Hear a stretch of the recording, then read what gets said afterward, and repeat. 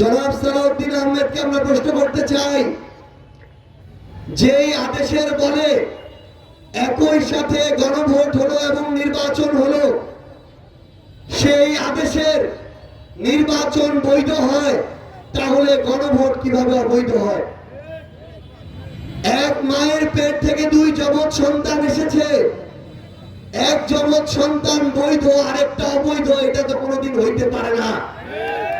এই গণভোট যদি অবৈধ হয়, তাহলে আপনি সালাউদ্দিন আহমেদ অবৈধ স্বরাষ্ট্রমন্ত্রী, জনাব তারেক রহমান অবৈধ প্রধানমন্ত্রী, বিএনপির সরকার অবৈধ সরকার।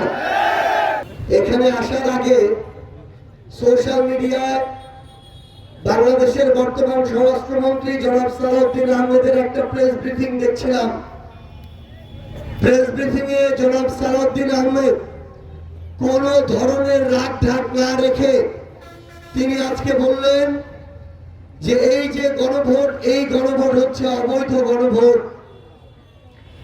জনাব সালাউদ্দিন আহমেদকে আমরা প্রশ্ন করতে চাই, যেই আদেশের বলে একই সাথে গণভোট হলো এবং নির্বাচন হলো, সেই আদেশের নির্বাচন বৈধ হয়, তাহলে গণভোট কিভাবে অবৈধ হয়? এক মায়ের পেট থেকে দুই যমজ সন্তান এসেছে, এক যমজ সন্তান বৈধ আরেকটা অবৈধ, এটা তো কোনোদিন হইতে পারে না। এই গণভোট যদি অবৈধ হয়, তাহলে আপনি সালাউদ্দিন আহমেদ অবৈধ স্বরাষ্ট্রমন্ত্রী, জনাব তারেক রহমান অবৈধ প্রধানমন্ত্রী, বিএনপির সরকার অবৈধ সরকার। কথা ভেবে চিনতে বলবেন। 50% মানুষ ভোট দিয়ে বিএনপি কে ক্ষমতায় বসিয়েছে, কিন্তু 70% মানুষ ভোট দিয়ে এই গণভোটের পক্ষে রায় দিয়েছে।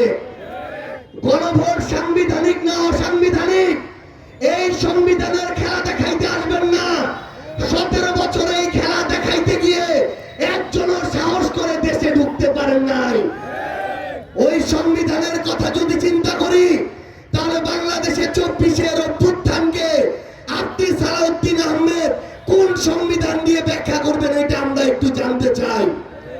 আমরা একটা কথা স্পষ্ট করে বলি, একটা দেশের প্রয়োজনে সংবিধান হয়, জনগণের প্রয়োজনে সংবিধান হয়। জনগণ আর দেশের উপরে কোনোদিন সংবিধান হইতে পারে না। সেখানে জনগণের মধ্যে যদি 70% মানুষ সংবিধানের সংস্কারের পক্ষে ভোট দেয়, জুলাই সনদের পক্ষে ভোট দেয়, আপনি সালাউদ্দিন আহমেদ কিংবা তারেক রহমান এটা বলার